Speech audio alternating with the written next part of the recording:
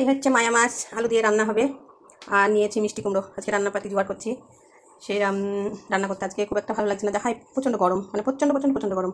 আর এই যে মূলা, যেই মূলা খেতে চায় না সেই মূলা এখন হচ্ছে একটার দাম 2.5 টাকা, মানে 4টে মূলোটা, মানে মূলো শাক খেতে ইচ্ছা করলো তো মূলোটা নিলাম। তো চলো তোমাদের দেখাচ্ছি, দাঁড়াও। এই যে মাত্র 4খানা মূলা একাটি করে বাঁধা আছে। তো এই মূলার দাম হচ্ছে 10 টাকা।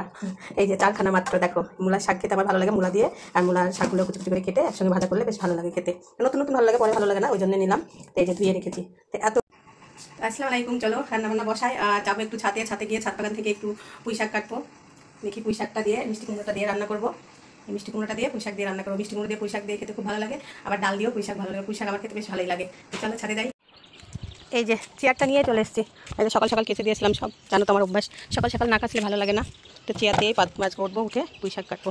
আজকে মেঘলা মেঘলা আকাশ, রোদ্র আছে অল্প অল্প, কিন্তু মেঘলা আকাশ। ভাবলাম গম রোদ দিব, কিন্তু গমটা রোদ দেওয়া হবে না এই মেঘেতে, যখন তখন বৃষ্টি চলে আসতে পারে।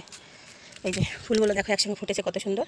রানী কালার আর তোমার সাদা কালার একসঙ্গে, ফুলগুলো দেখতে সেই সুন্দর লাগে।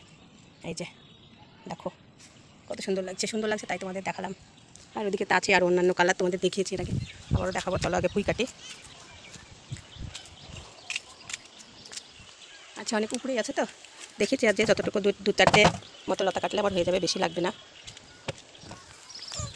উঠে পড়েছি। এই যে দেখো আছে অনেক, কিন্তু আমাকে এইখান থেকে কাটতে হবে। নিচে গিয়ে এবার রান্না বান্না করে নিই। চলো।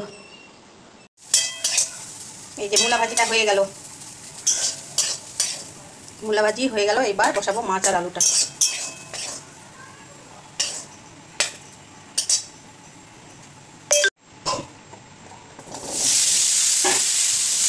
গ্যাসটা জ্বালাইনি, গ্যাসটা জ্বলছে।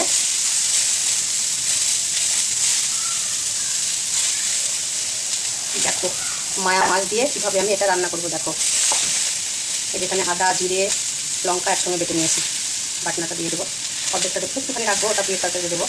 একসঙ্গে বাটনা করেছি অনেকটা।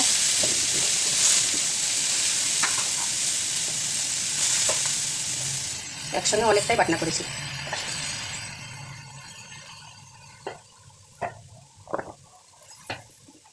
একটু গুঁড়ো, সব রকম মিক্সের গুঁড়ো দিয়ে দিলাম।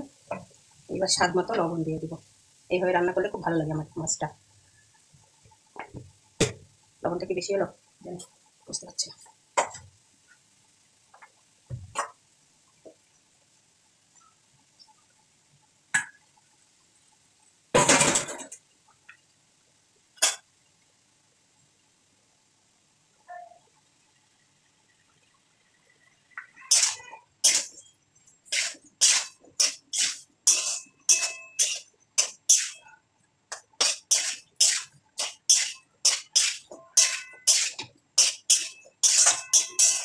মানে এটা হাতে কষার মতো রান্না করছি, বুঝতে পেরেছো? হাতে কষার মতো রান্না করছি, খেতে খুব ভালো লাগে এভাবে রান্না করলে। আর একটু তেল দিতে একটা মনে হচ্ছে একটু কম হয়েছে। এতভাবে তেল কম খাবো, তুমি কম কম করতে করতে এত বেশি দেওয়া হয়ে যায়, বলার নেই। এটা আমার একটা রোগ। এবার দিয়ে দেবো জল।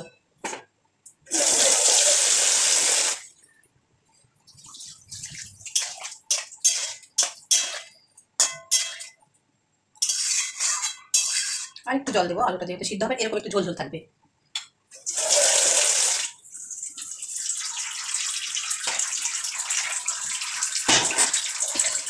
এইবার দিয়ে দেবো ঢাকা। ব্যাস 10-15 মিনিট মতো থাকলেই হয়ে যাবে।